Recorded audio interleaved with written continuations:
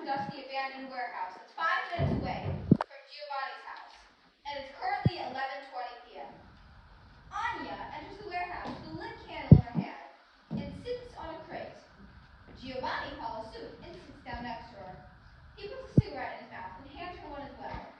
She takes it, and they press the ends of the ends of their cigarette butts together as Giovanni lights both of them with his lighter.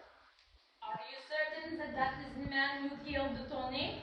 He stabbed me at least 15 times and cut open my throat, though. I think he's the one. And plus, I may or may have not pissed him off enough. Was that part necessary? Nope, but boy, was it funny. You should have seen his face when I came back to life. I mean, it was reckless. But at the same time, honey, we're fucking immortal. Oh, and yet how could I forget? Try living past 200 years and you tell me. Walter enters the scene, and with him in a wheelchair is the killer that Giovanni caught. The killer struggles to break free from the wheelchair, but their strings don't budge an inch. Walter removes the tape from his face and says, Guten Abend, and how are you?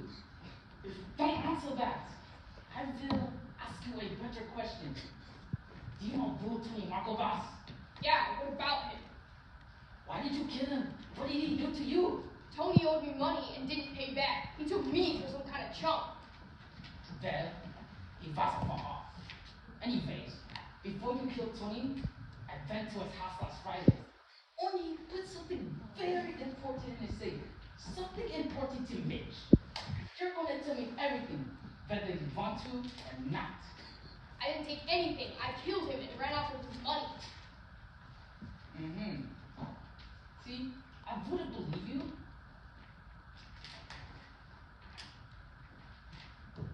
And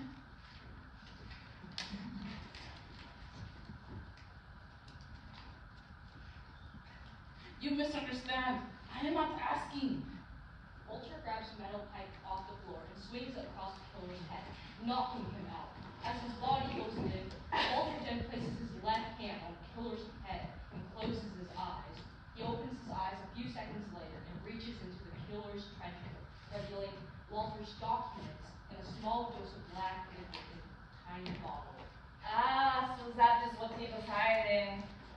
What's that? It's the incomplete and extraordinary mortality.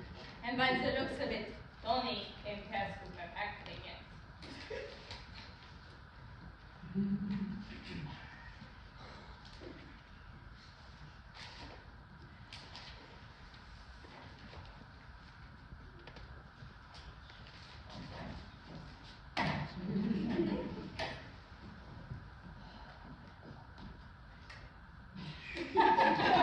All he had to do was wait 2 weeks.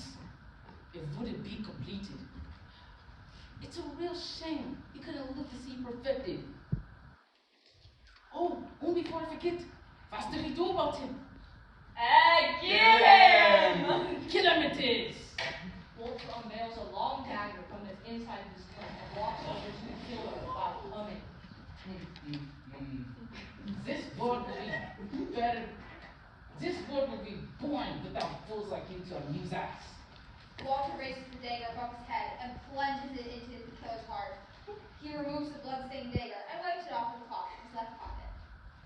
Nice one. Been a while since we finished all that. Ooh. Oh, it's been at least 1 year since I last killed someone. What are we gonna do about the body? Walter's about to speak, but is interrupted by several wooden planks falling to the ground. They all turn in the direction of the sound. Okay, that ain't no rat. I think someone else is here with us. And you know what that means. Anya reaches into her coat pocket, revealing a silver pistol. She hands it to Giovanni, who racks the slide in excitement. Alright, pal. Come out with your hands up. And don't even think about running, because if you do... Giovanni fires a single round in the direction he's facing. It hits a metal barrel next to a crate. Ain't it gonna end well for you.